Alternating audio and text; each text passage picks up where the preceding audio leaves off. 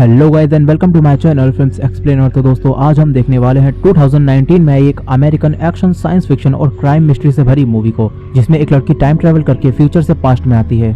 तो चलिए देखते हैं क्या है इस मूवी की फुल स्टोरी।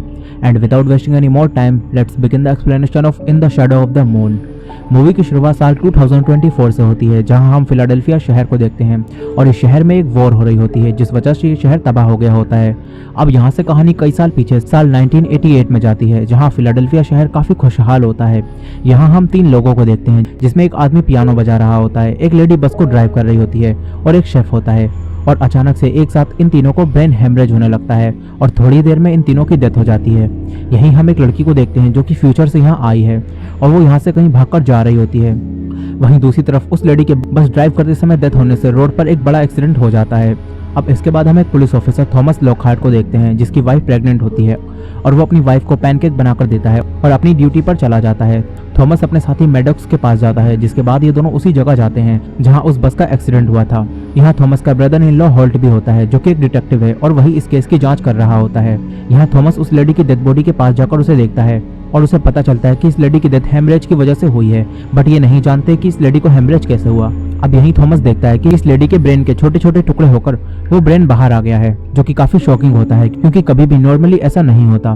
फिर थॉमस यहाँ देखता है कि इस लेडी की गर्दन पर 3 अजीब से निशान हैं। अब यहाँ डिटेक्टिव हॉल्ट को पता चलता है कि शहर में 2 और लोगों की डेथ हेमरेज से हुई है, जिसके बाद अब डिटेक्टिव हॉल्ट उन दोनों डेथ बॉडीज को देखने जाते हैं। थॉमस भी मैडॉक्स के साथ वहां जाता है और ये देखते हैं कि इन दोनों की डेथ भी बिल्कुल वैसे ही हुई है जैसे उस लड़ी की डेथ हुई है और इन दोनों की गर्दन पर भी वैसे ही 3 निशान होते हैं। अब इसके बाद तीनों डेथ बॉडीज को हॉस्पिटल में ले जाया जाता है। डिटेक्टिव हॉल्ट थॉमस से इस केस से दूर रहने के लिए कहता है, क्योंकि इस केस को सॉल्व करने से डिटेक्टिव हॉल्ट का करियर बन सकता है। लेकिन थॉमस को ये केस काफी इंटरेस्टिंग लगता है, इसलिए वो हॉस्पिटल जाकर उन तीनों डेथ बॉडीज के बारे में डॉक्टर से बात करता है और डॉक्टर इन्हें बताते हैं कि उन तीनों की गर्दन पर जो निशान है वो किसी इंजेक्शन के हैं, जिससे इनकी बॉडी के अंदर किसी तरह का अनस्टेबल आइसोटोप डाला गया है। लेकिन डॉक्टर थॉमस से कहते हैं कि साइंटिस्टों को भी इस सब के बारे में पता करने में काफी परेशानी हो रही है, क्योंकि उन्होंने ऐसा पहले कभी नहीं देखा। अब इसके बाद वो डॉक्टर यहाँ से चले जाते हैं। फिर इसके बाद थॉमस और मैडॉक्स एक रेस्टोरेंट में जाते हैं, जहाँ थॉमस उसी केस के बारे में बात कर रहा होता है। अब यहाँ थॉमस अपनी वाइफ के लिए एक ब्रेसलेट लेता है, जिसके बाद ही इन्हें पता चलता है कि एक लड़की पर हमला हुआ है और उसकी गर्दन पर किसी ने नुकीली चीज से हमला किया, जिस वजह से उसकी गर्दन पर 3 निशान बन गए हैं, लेकिन वो अभी भी जिंदा है। अब ये जानकर थॉमस मैडॉक्स के साथ तुरंत उस लड़की के पास जाता है, जहाँ वो लड़की काफी डरी हुई होती है। थॉमस उससे बात करता है और वो लड़की उसे बताती है कि जिसने उस पर हमला किया वो एक ब्लैक लड़की थी और उसने ब्लू हुडी पहना था और उसके लेफ्ट हैंड पर खून भी लगा था, लेकिन वो सूख चुका था। अब तभी यहाँ डिटेक्टिव हॉल्ट भी आ जाता है, लेकिन अब इस लड़की को भी हेमरेज होने लगता है, जिसके बाद इस लड़की की भी डेथ हो जाती है। लेकिन फिर पुलिस उसकी बताई गई जानकारी के मुताबिक यहाँ के आसपास से ब्लू हुडी पहनी हुई ब्लैक लड़कियों को अरेस्ट करने लगती है। इसी दौरान हम उसी लड़की को देखते हैं जो कि फ्यूचर से यहाँ आई है और इस लड़की का नाम रिया होता है और रिया ही उन सभी लोगों को आइसोटोप का इंजेक्शन लगाकर मार रही है। अब तभी एक पुलिस ऑफिसर उसे देख लेता है, लेकिन उसके यहाँ पहुंचने से पहले रिया यहाँ से भाग जाती है, मगर वो थॉमस और मैडॉक्स की कार के सामने आ जाती है और थॉमस उसके लेफ्ट हैंड पर लगे खून और उसे ब्लू हुडी पहने देख समझ जाता है कि यही लड़की किलर है। इसलिए अब थॉमस और मैडॉक्स उसका पीछा करने लगते हैं, लेकिन रिया जमीन के नीचे जिराड सबवे में चली जाती है। थॉमस भी नीचे जाता है, जहां उसे एक डिवाइस मिलता है जो कि एक इंजेक्शन की तरह होता है। वहीं दूसरी तरफ मैडॉक्स डिटेक्टिव हॉल्ट और कई सारे पुलिस ऑफिसर के साथ जिराड सबवे स्टेशन पहुंचकर बाहर जाने के सभी दरवाजों को बंद कर देता है। अब तभी यहाँ मैडॉक्स के सामने रिया आती है, जहाँ इन दोनों के बीच फाइट होने लगती है, जिसमें रिया मैडॉक्स से बचकर निकल जाती है। तभी थॉमस भी यहाँ आ जाता है और वो रिया का पीछा करता है और रिया एक जगह जाकर रुक जाती है। थॉमस उसे गन पॉइंट पर ले लेता है, लेकिन तभी रिया थॉमस का नाम लेती है, जिससे पता चलता है कि वो थॉमस को जानती है। फिर वो थॉमस को उसकी बेटी होने के लिए कांग्रेचुलेशन देती है, लेकिन थॉमस को ये सब समझ नहीं आता, क्योंकि अभी तक उसकी वाइफ की डिलीवरी नहीं हुई है। अब तभी रिया थॉमस से माफी मांगते हुए कहती है कि उसने उसके साथी के साथ जो किया वो जानबूझकर नहीं किया था, जिसका मतलब है कि रिया ने थॉमस के साथी के साथ कुछ तो किया है। लेकिन थॉमस को ये सब समझ नहीं आ रहा होता और वो रिया को अरेस्ट करने लगता है। तभी इन दोनों के बीच यहाँ फाइट होती है, जिसमें रिया थॉमस को एक बेंच से बांध देती है और कहती है कि वो जल्दी ही मिलेंगे। रिया यहाँ से जाने लगती है, तभी थॉमस उसी इंजेक्शन से रिया पर हमला कर देता है और रिया ट्रेन की पटरी पर चली जाती है, जहाँ ट्रेन से उसका एक्सीडेंट हो जाता है और उसकी डेथ हो जाती है। अब इस सब से थॉमस काफी सैड हो जाता है। फिर इस जगह पुलिस आकर रिया की डेड बॉडीज के पीसेस को उठा लेती है। फिर रिसर्च से पता चलता है कि किसी ने उस पर गोली चलाई थी, जो कि उसके हाथ पर लगी थी और वो गोली एक सर्विस रिवॉल्वर से निकली होती है। इसलिए अब एक ऑफिसर आकर थॉमस की गन को चेक करता है, लेकिन थॉमस ने वो गोली नहीं चलाई थी। अब जब थॉमस बाहर आता है तो उसे पता चलता है कि उसकी वाइफ की डिलीवरी होने वाली है और वो हॉस्पिटल में है, जो जानकर थॉमस तुरंत हॉस्पिटल जाता है जहाँ उसकी वाइफ की डिलीवरी होती है और उसे एक बच्ची होती है। और ये देखकर थॉमस हैरान हो जाता है क्योंकि रिया ने भी यही भविष्यवाणी की थी। अब यहाँ हॉस्पिटल में डिलीवरी के दौरान कुछ कॉम्प्लिकेशंस आने की वजह से उसकी वाइफ की डेथ हो जाती है, जिससे होल्ट और थॉमस काफी दुखी हो जाते हैं। और फिर यहाँ से कहानी 9 साल आगे साल 1997 में जाती है, जहाँ अब थॉमस की बेटी एमी काफी बड़ी हो गई होती है। साथ ही उस केस के बाद थॉमस का प्रमोशन हो गया होता है और वो डिटेक्टिव बन गया होता है, जिसके साथ ही 9 साल पहले उस केस को क्लोज कर दिया गया था। लेकिन अब यहाँ थॉमस को पता चलता है कि आज 9 साल बाद किसी ने फिर से एक आदमी को आइसोटोप का इंजेक्शन देकर मारा है और उसकी भी डेथ हेमरेज की वजह से हुई होती है और उसकी गर्दन पर वैसे ही 3 इंजेक्शन के निशान होते हैं, जो जानकर थॉमस तुरंत वहां जाता है और उस आदमी की डेड बॉडी को देखता है। और ये देखकर थॉमस शॉक्ड हो जाता है क्योंकि उस दिन के बाद 9 सालों तक कोई भी इस तरह नहीं मरा था। अब इसके बाद ये सब सीसीटीवी फुटेज को चेक करते हैं और इसमें इन्हें एक लड़की बिल्कुल रिया जैसे ब्लू हुडी पहने यहाँ आते हुए दिखती है और उसने ही इस आदमी को आइसोटोप का इंजेक्शन लगाया होता है। यहाँ आप सबको लगने लगता है कि ये कोई दूसरा है जो कि रिया की कॉपी कर रहा है, लेकिन थॉमस यहाँ देखता है कि इस लड़की के लेफ्ट हैंड पर भी खून लगा है। लेकिन ऐसा नहीं हो सकता क्योंकि अगर कोई भी उसकी कॉपी कर रहा हो तो उसे लेफ्ट हैंड पर लगे खून के बारे में कैसे पता चला, क्योंकि पुलिस ने तो कभी प्रेस में इसे बताया ही नहीं था। इसलिए अब थॉमस को लगने लगता है कि ये वही असली रिया है जिसने 9 साल पहले लोगों को मारा था। थॉमस अपने साथी मैडॉक्स से कहता है कि उसने मुझसे कहा था कि हम फिर मिलेंगे और अब मिस्ट्री को सॉल्व करने के लिए 9 साल पहले के केस को रीओपन किया जाता है। लेकिन पहले और अब जिनका भी मर्डर हुआ होता है, इन्हें उन सभी लोगों के बीच कोई भी कनेक्शन नहीं मिल पाता। फिर यहाँ इन्हें कुछ चाबियां मिलती हैं जो कि 9 साल पहले रिया के पास से इन्हें मिली थी। थॉमस उन चाबियों को जांच के लिए भेजता है ताकि वो ये पता कर सके कि ये किस चीज की चाबियां हैं। वहीं दूसरी तरफ रिया शहर में और भी ज्यादा लोगों को उसी तरह से मर्डर करके मार रही होती है। इसी दौरान थॉमस को पता चल जाता है कि वो चाबियां एक प्लेन की हैं जो कि पिछले साल 1996 में बना है। लेकिन अब ये सब सोच में पड़ जाते हैं कि ये कैसे हो सकता है, क्योंकि अगर वो प्लेन पिछले साल बना है तो फिर रिया के पास ये चाबियां 9 साल पहले कैसे आई। इसलिए अब थॉमस ये पता करने के लिए मैडॉक्स के साथ इस प्लेन के एयरफील्ड पर जाने लगता है।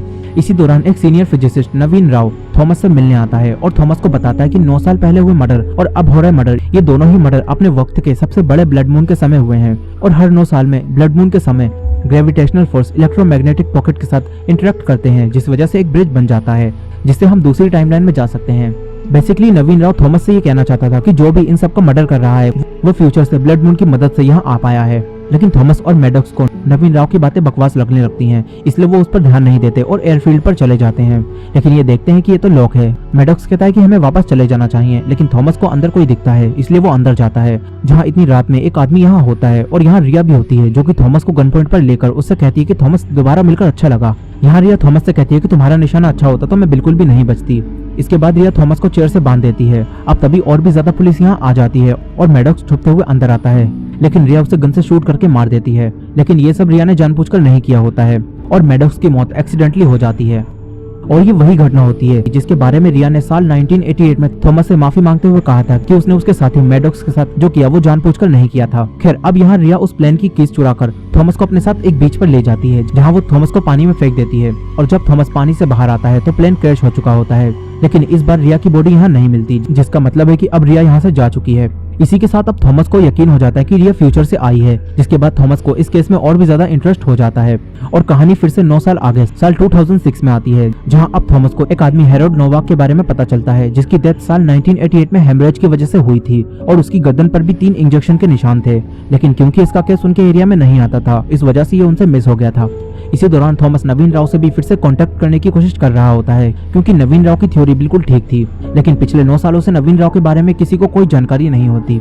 अब यहाँ थॉमस हैरोल्ड नोवाक के घर जाकर उसकी वाइफ से बात करता है और यहाँ थॉमस को पता चलता है कि हैरोल्ड नोवाक एक तरह का अमेरिकन मूवमेंट चला रहा था और शॉकिंगली थॉमस को पता चलता है कि अब तक जितने भी लोगों का मर्डर रिया ने किया है वो सभी हैरोल्ड नोवाक के इस मूवमेंट में शामिल थे। अब यहाँ थॉमस को हेथर रसेल के बारे में पता चलता है जो कि हैरोल्ड नोवाक के साथ इसमें मिली थी, लेकिन वो भी कहाँ है ये किसी को नहीं पता। और अब ये सब जानने के बाद थॉमस डिटेक्टिव होल्ट से मिलने जाता है ताकि वो हेथर रसेल का एड्रेस पता कर सके और यही हमें पता चलता है कि थॉमस की बेटी एमी अब डिटेक्टिव होल्ट के साथ रहने लगी है और थॉमस अपनी बेटी से बहुत कम मिलता है।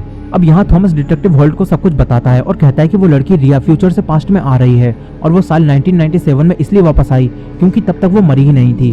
वो फ्यूचर से पास्ट में जा रही है और वो हर 9 साल के गैप में आती है।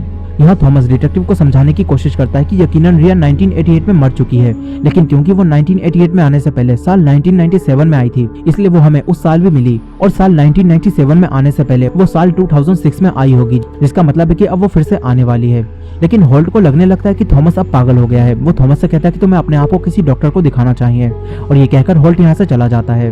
लेकिन थॉमस को अपने ऊपर पूरा यकीन होता है। वो किसी भी तरह हेथल रसेल का एड्रेस पता करता है और उसके घर जाता है। लेकिन यहाँ थॉमस देखता है कि हेथल रसेल की भी अब हेमरेज की वजह से डेथ हो गई है, जिसका मतलब है कि रिया यहाँ फिर से आ चुकी है। अब तभी यहाँ थॉमस को रिया दिखती है। थॉमस उस पर गोली चलाता है जो कि उसके हाथ पर लगती है, यानी कि वो गोली जो कि रिया के हाथ से निकली थी वो इस समय के थॉमस ने रिया के मारी थी। अब यहाँ थॉमस एक ट्रक लेकर रिया का पीछा करता है और ये दोनों एक कंस्ट्रक्शन एरिया में पहुंच जाते हैं, जहाँ से रिया थॉमस को चकमा देकर भागने की कोशिश करती है, और ये फिर से उसी बीच पर आ जाते हैं जहाँ ये 9 साल पहले आए थे। अब यहाँ रिया एक टनल से अंदर जाने लगती है जहाँ उसकी टाइम मशीन होती है। थॉमस भी उसका पीछा करते हुए इस टनल में जाता है, लेकिन यहाँ रिया अब अपनी मशीन में बैठकर यहाँ से 9 साल पीछे चली जाती है और थॉमस उससे कहता है कि हम फिर मिलेंगे, जिसके बाद अब थॉमस को 9 साल और इंतजार करना होगा। अब यहीं हम नवीन राव को देखते हैं, जो कि अब सब कुछ जान चुका होता है कि रिया क्या कर रही है। और यहाँ से कहानी जाती है 9 साल आगे, साल 2015 में, जहाँ नवीन राव ने अब तक वो आइसोटोप बना लिया होता है, जिसकी मदद से अब तक रिया सबका मर्डर कर रही है, जिसका मतलब है कि फ्यूचर से आई रिया फ्यूचर के नवीन राव के साथ मिलकर ये सब कुछ कर रही है। अब यही 9 साल बाद थॉमस भी इस बीच में बैठकर रिया के आने का इंतजार कर रहा होता है, क्योंकि कुछ ही समय में अब रिया यहाँ आने वाली है। यही थॉमस को पता चलता है कि उसकी बेटी एमी 9th मंथ प्रेग्नेंट है और उसकी डिलीवरी होने वाली है, इसलिए एमी अपने डैड थॉमस को मिलने के लिए बुलाती है। लेकिन थॉमस वहाँ नहीं जाता, उसे बस किसी भी तरह रिया को मारना था।